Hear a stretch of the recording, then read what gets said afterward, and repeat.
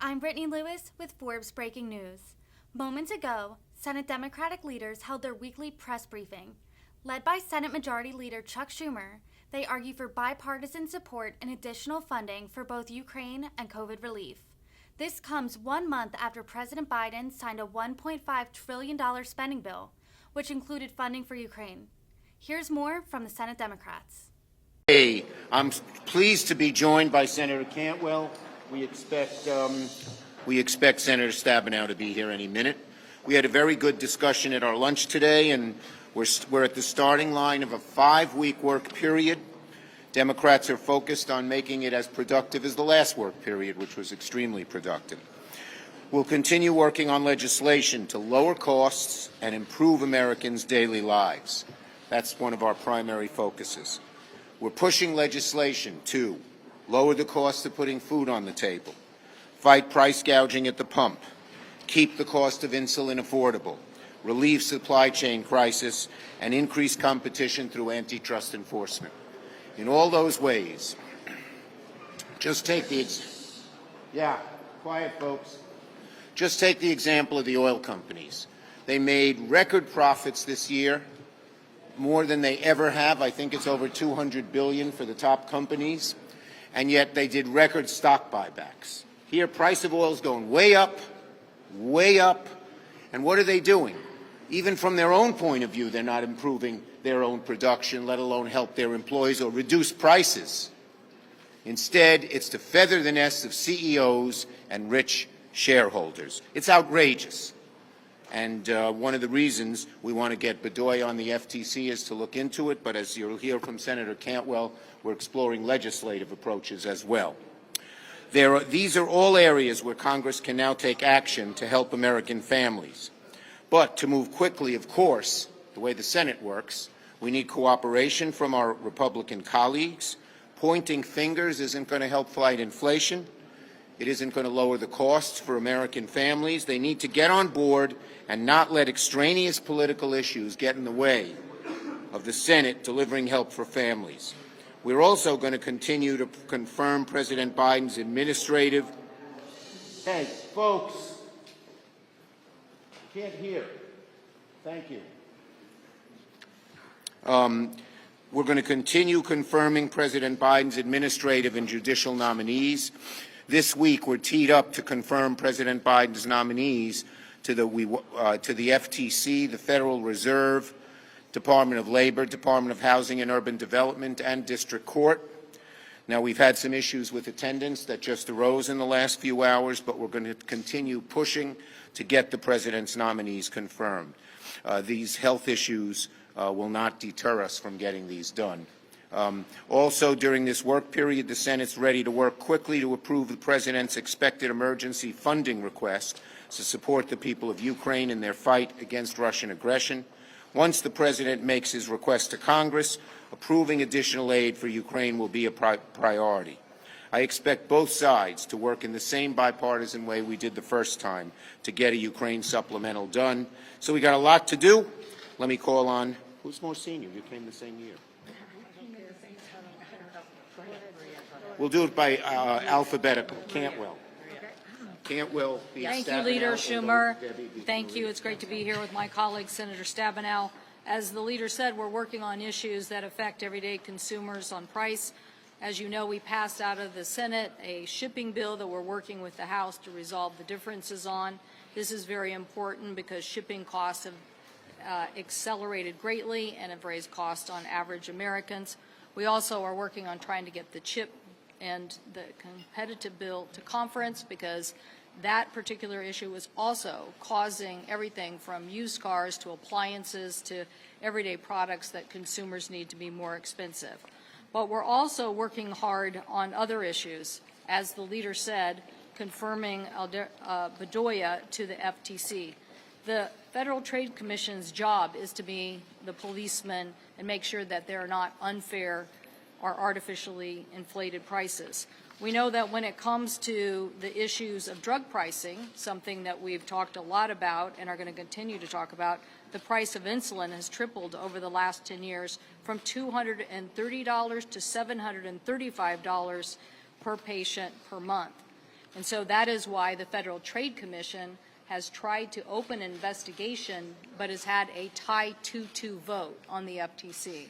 So believe me, Democrats want to get Mr. Bedoya appointed as soon as possible to break that tie and to move forward on investigating this important issue. We also want to move forward. We had a hearing on the dark market that exists in the spot oil market. As our witness testified before the Commerce Committee 2 weeks ago, it is a gaping hole. We believe there needs to be more transparency in the spot oil market, and we are working on legislation to try to close that loophole and give consumers some understanding there is someone looking at the high prices, particularly when you have prices on the West Coast as high as $7 in California and big differentials in other parts of the country. Thank you. Senator Stabenow. Well, thank you. Stabenow, beginning with S. Yes, I'm so glad that the leader knows the alphabet, so thank you so much. On certain days.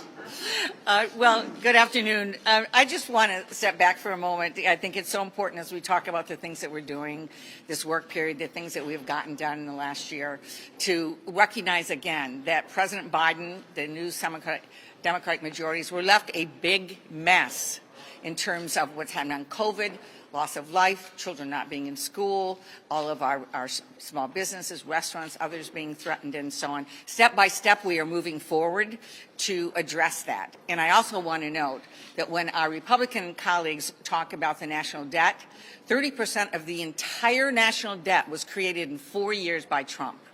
Over $4 trillion. So we continue to move forward.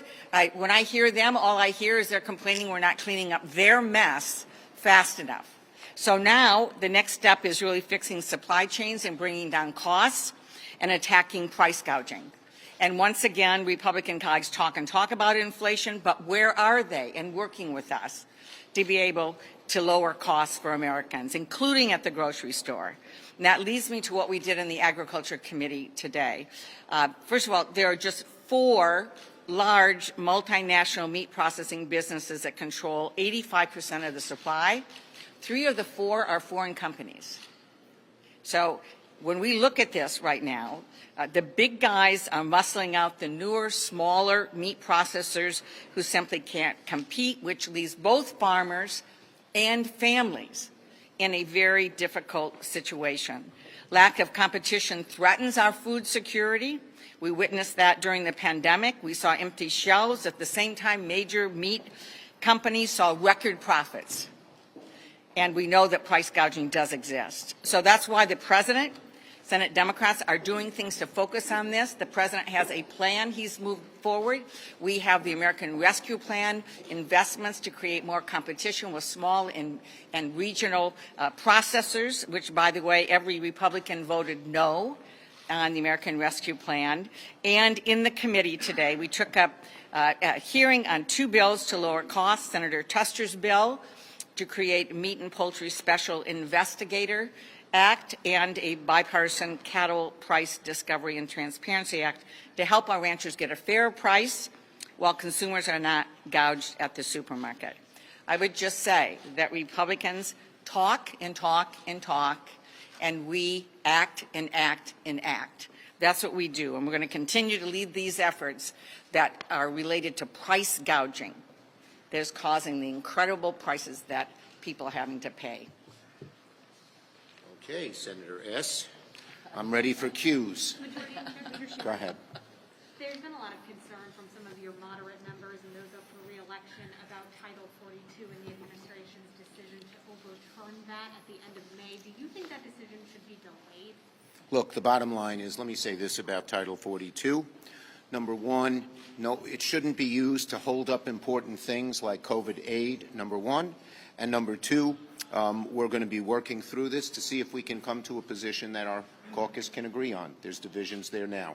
Yes, next. Reaction to Elon Musk buying Twitter, and Amy Klobuchar just briefed your caucus on antitrust, big tech antitrust legislation. Are you going to bring that to the floor? Okay, on the second question, we had a very good discussion. She made very powerful presentation, and I'm working with her to see that we can get 60 votes to get to the floor. On Elon Musk, I would say, look, In many ways, Twitter has been a dark, dark place. I hope it doesn't get any darker. Yes. The inflation package you talked about, is that going to move through regular order or budget reconciliation? And how does The it fit with inflation, what are you talking about? There's talk of an inflation package to combat inflation. Does that move through budget reconciliation or regular order? Look, how does it fit with the other reconciliation effort? Look, reconciliation is very, very important. I met, as he came out and told people, I met with Senator Manchin this morning. Our meetings were both preliminary and good, and we're going to continue to keep talking. If you want to get rid of inflation, the only way to do it is to undo a lot of the Trump tax cuts and raise rates. No Republican is ever going to do that. So the only way to get rid of inflation is through reconciliation. Yes. Earlier this month, a report from the San Francisco Chronicle raised questions about Senator Dianne Feinstein's memory, including 3 Democrats raising concerns about this. Have any of these senators approached you about this? No. Are you confident in her ability to serve? They have not. I've had a good number of discussions with Senator Feinstein, but I'm keeping them to myself. Yes. Go ahead. We'll give you both. Okay, thanks. Who's his name first alphabetically? Begins with an H. Ukraine H. supplemental. Right in the middle. Yeah. So are you planning on putting the Ukraine supplemental as a standalone on the floor, or are you going to proceed with carrying it with international? Look, we think COVID aid, both international and domestic, is very, very important.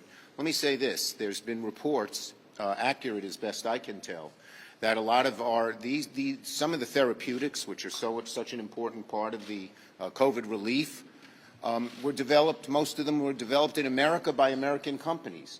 But since Congress, blocked by Republicans, hasn't acted, these companies are very tempted to sign contracts with other countries.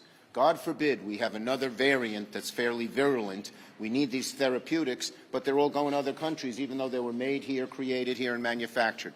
So I would urge our Republican colleagues to pass COVID relief ASAP. It's very risky for the health of the American people for them to be playing political games with it. Last one. Senator Manchin said earlier today there's not going to be a revival of Build Back Better. What do you think is feasible in reconciliation? I said what I'm going to say about my discussions with Senator Manchin and about reconciliation. Thank you very much. Leader Schumer buying Ukraine and COVID aid, Senator Schumer?